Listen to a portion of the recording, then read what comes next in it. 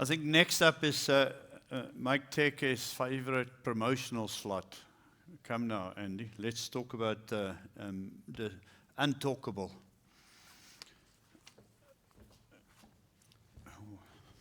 Where we're sitting. Why don't you sit here? So, when you confronted me with the coal industry has got a productivity problem, I said, yeah, okay, I hear you. Send me some of your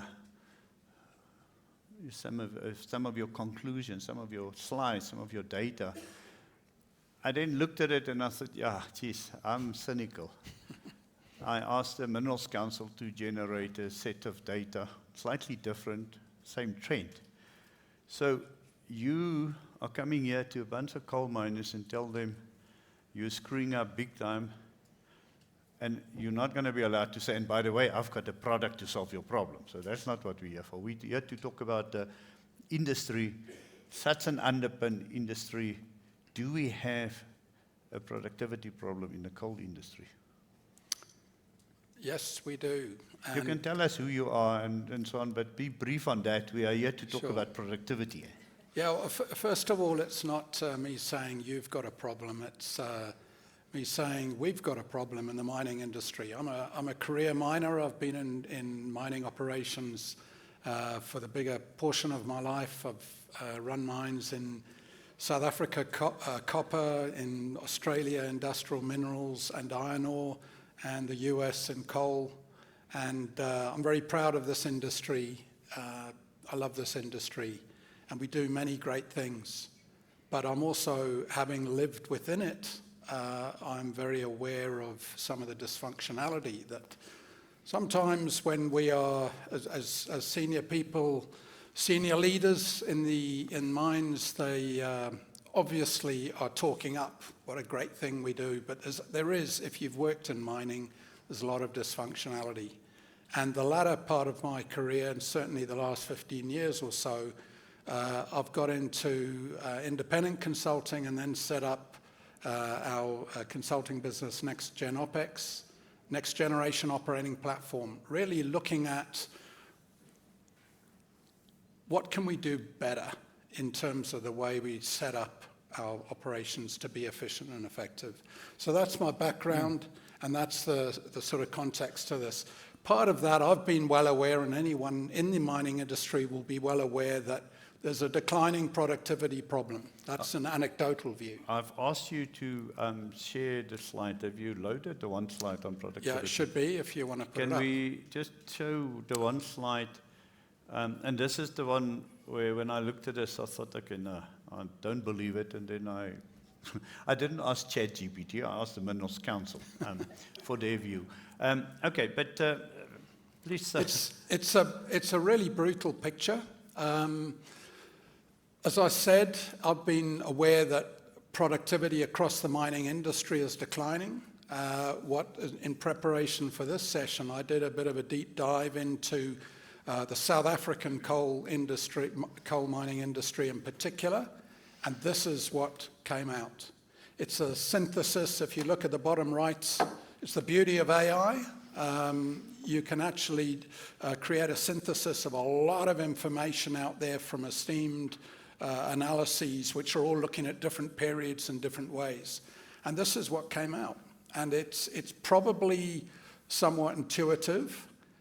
For me, it was a wow. It's more brutal than I thought. And I think if you look at the causes, and we've heard this morning, there's a lot of external factors. There's the Escoms and the Transnets, and there's labour costs, and there's cost-plus arrangements. There's all sorts of reasons why South Africa has a challenge in terms of productivity and in the coal industry. The danger is that we use those as an excuse for our operational inefficiency. And when you look at the data behind this, yeah, there has been a decline in over the past 20 years or so in volume. But if you take that volume out, there is a huge factor of non-volume related. And broadly speaking, there's a lot of analysis behind this if anyone wants to understand the detail behind this. But you can say a very large portion of this is just pure operational inefficiency. And I think that's something we need to confront as an industry. So I did my own version of bullshit analysis. I mean, I said, I don't believe this. I checked in for myself. I want to check with the audience. So we'll discard Mike Dekker's vote. We know how he votes, but I want to check in with the audience. Don't you want to go to Slido, click on the link, and when we get a yes or no question there. So the statement I am making is that this graph is a true reflection of South Africa's coal industry's productivity decline. So you vote yes if you agree, and you vote no if you disagree. Where's the Sariti people? Come through there. There they come. And I mean, again, all of these conversations, we come from different perspectives. Sure. We claim we have data and therefore we hold the view strongly. Other people claim they've got data, they don't hold it strongly. I don't want us to be discussing that. We're going to move on to the issues impacting such a metric and so on. But let's just see what our audience is thinking. Now, we are much closer to full capacity. Even the people who slept in this morning have arrived. And online, we are hovering well over 60 people, so I should get a few more votes. So you speak to believers.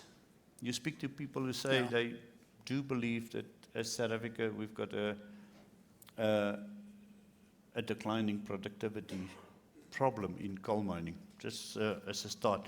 Thank you very much to the 80 people that has participated. So, I mean, that's a powerful picture, and it really took me back. But can we dwell a bit on what is really behind these numbers? So there are worldwide factors, but let's try and bring it always back to South Africa. What, in your mind, is really behind these declining productivity numbers? I think this is not limited to South Africa. I think... I'm happy if the slide stays on. Sorry, guys. Sorry about the interruption. Yeah. I think this is a general problem for the mining industry globally, is what I see. I think some of the particular challenges we've got, for example, the external factors that we've talked about in South Africa exacerbate it, makes it worse. But generally, this applies to the industry. And I think there has been a profound change over the past 20 years or so. Complexity of running operations from all sorts of angles, types of ore bodies, quality of ore bodies. You're getting into the harder, tougher materials. Things are more remote. There are more social factors and complications. There are 101 reasons. The life of a mining GM, say, has risen tremendously. It's much more complex to operate than fairly autonomous operation 20 years ago. The other factor is that the turnover of people in roles. You used to go to a management team and say, how long have you been there? And it would be 20 years, 16 years, 18 years. He's the baby, he's only been there 6 years. Now, 3 months, year and a half, but I'm leaving next week. Arrived last month, 3 months. The dynamic of a team has changed profoundly. And you used to have operations that were run as a really tight, disciplined ship. And if you came in as a new person into that management team, you didn't get to come and say, we're going to change this world. You come into a team where they say, hey, we want to hear your views. Let's see how we can improve what we're doing. I believe that is one of the most profound changes that's happened over the past 20 years in mining. And nowadays, you don't have those breaks, and people are much more focused on ticking their own career box and moving on. and you're not looking at an integrated systemic approach to running an operation. And I think that's eroded things. Very uncomfortable. I may be even older than you. Us sitting here and say, when we were there, things were great because we were there. You know? This is like having a rugby conversation with Frick de Preer. You know, I mean, you guys don't even know who Frick de Preer is, you know, and that's, you know, so the game has moved on. It's a different environment. But we'll unpack that. That point, 2000, I mean, that's a flex point. That's a something happened. Now, I mean, democracy happened earlier. That didn't disrupt productivity. So are you going to now say that was the mining charter and run up to that? Because something gave way in that time. Have you got any views? I'm talking South Africa specific. I think you can look at the South African picture and come up with some theories on that. Again, some of those external factors. I don't see it that way because I look at it through the global, same picture in the global play. And I think it's the nature of teams and the nature of leadership. I think we've got distracted, and I think operations are not run as tightly as they used to be. But I mean, so you say we're not setting up our operations for success. These are still normal South Africans in the South African case running the mine. So I mean, just unpack that a little bit more. So if we aren't setting it up for success, what is it that we should be doing differently? So I think you would appreciate, if you're working in the mines, we have become obsessed with initiatives. There are initiative overloads. If you're working in a mine and a new leader comes in or a new consultant is brought in, it's, oh God, you know, what is this now? We're chasing after the symptoms. We're looking at quick wins, and we're addressing the symptoms, not the fundamental cause of the problems and the decline. I'm not making an excuse with this that when things turn, you need to address things properly, but you need to tackle the cause, not the symptoms. And I think that's been the fundamental change. And if you think about it, it's a much deeper answer than I think a lot of people would give due to all the other external factors. But I think it was around the late 1990s that organizations started to view people, moving them around, and management teams became, you moved much more to a centralized control of operations rather than autonomous. And you lost some of the fabric of those teams. Now, I'm not saying that's a problem. It's a reality. It's a reality of life. But what we have landed on is what is missing is integration. And it's been lost because of this turnover of people in teams and the increase in complexity. That is a profound change. But I mean, I can hear everybody says, but Eskom, but Transnet especially, our volumes dropped. Volume is a key driver of productivity normally in mines. You actually distill that, you take that out and say that is a contributor, but not the main one. So we don't have to dwell too much on volume. It's not a volume-only driven thing. Right. Do you agree with that? That's that's the point of this, I think. Yeah. It's operational efficiency. To the extent, and it's a fact, right? South Africa's got some real challenges that we've talked about there. That is a reason to be the best in the world at operational efficiency. You would have thought. And this is a great country. It's done great things. It'll do great things in the future. But we've got to focus on that. Actually, in mining, we're very good at doing what we focus on. We're just not focusing on it. We're focusing on short-term solutions, quick wins. We're not focused on the systemic, sustainable problems that are the cause of operational inefficiency. So how do we begin to fix that? I'm just checking questions to make sure I integrate it. So how do we change this short-term? You've got to, if you haven't read the book, Jim Collins, Good to Great, it's one of the true great management consulting books. And it was a huge amount of research decades ago into what made the difference between ordinary companies and great companies. And ordinary companies chased after the latest fad, and they up and down and up and down and up and down. They're not really going anywhere. The truly great companies got very clear in what they were good at and how they ran their operation better than anyone else. And they just invested relentlessly their effort into getting better and better at how they operate and more efficient in how they operate. And that resulted in instead of just up and down, it resulted in a lift. So in essence, and the key to the background to that is, the key to great companies and to operational excellence lies in systemic improvement. Don't chase after the symptoms, chase after the root cause. And there are some basics that we don't do well in mining, fact. We're not good at operating discipline. We're not good at optimization and integration. We're very loose. We allow way too many degrees of freedom. We plan very well in the long-term planning, and then it's kind of sort of goes down to medium-term planning, scheduling, yeah, kind of sort of, and then the operators, well, use that as a guideline.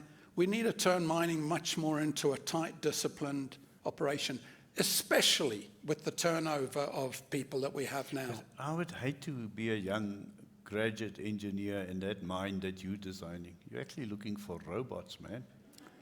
You're looking for these AI-generated robots who have no levels of freedom. No, is that a trade-off that No, on the contrary, Bernard. It is a nightmare working in these operations with this dysfunctionality and misalignment. It's just wasted energy every day. Whoops, sorry. It's okay. Carry on. You're still there? You're working against each other. Yeah. You're not aligned. You're not pulling together. It's hard work. The beauty of it's not rocket science. Let's get clear on how we're trying to run the operation. Let's align everyone and everything in the business around delivery of that operating strategy. Let's clear the decks of all the other rubbish that's been stuffed into the box over the years. Let's make it simple. Let's make it easier for people to succeed. How about we make that as management in operations, make that our goal? That's what I believe is the key.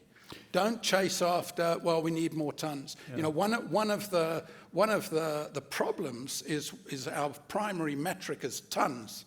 If your primary metric is tons, especially short-term tons, because you're just trying to get through this week or this month or whatever, you're actually going to drive bad behavior. You're going to drive behavior where people will get the tons at any cost, and you're robbing Peter to pay Paul. What you should be focusing on, and as your primary metric, just as one example of many things that you've got to do, is compliance to the plan, compliance to the schedule, disciplined, dynamic decision-making, optimized decision-making, whole system decision-making.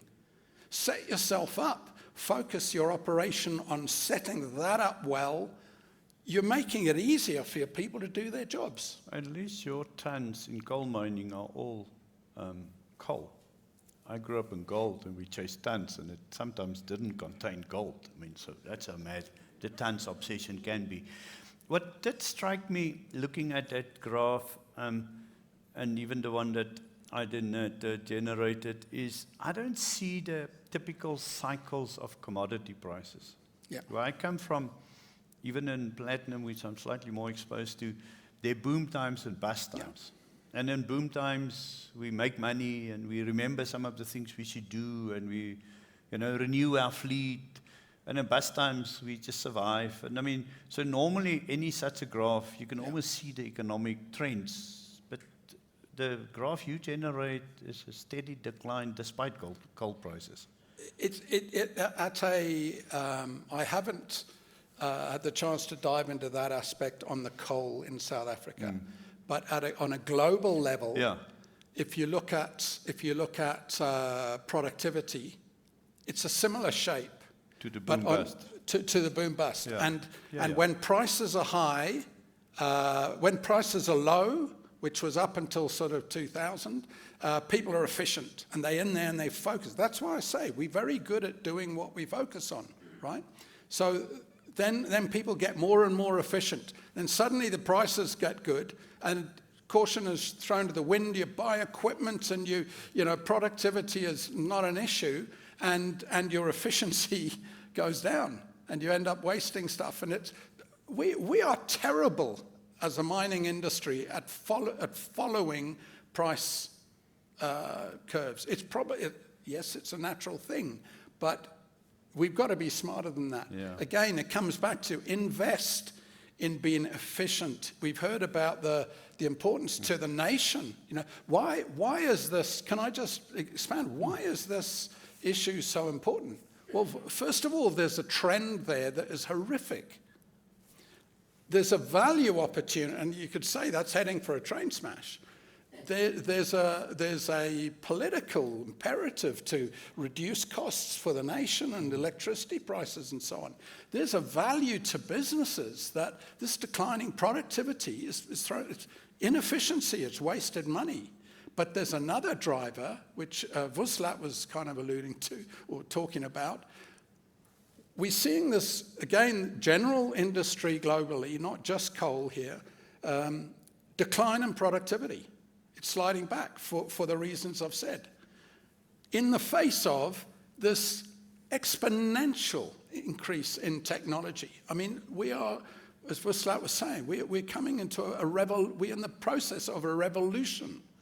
And the idea that you can just technology your way out of this problem is, there's a little bit of a sense that, well, you can just, if we just get rid of all these pesky people issues and we just automate everything, that's the answer.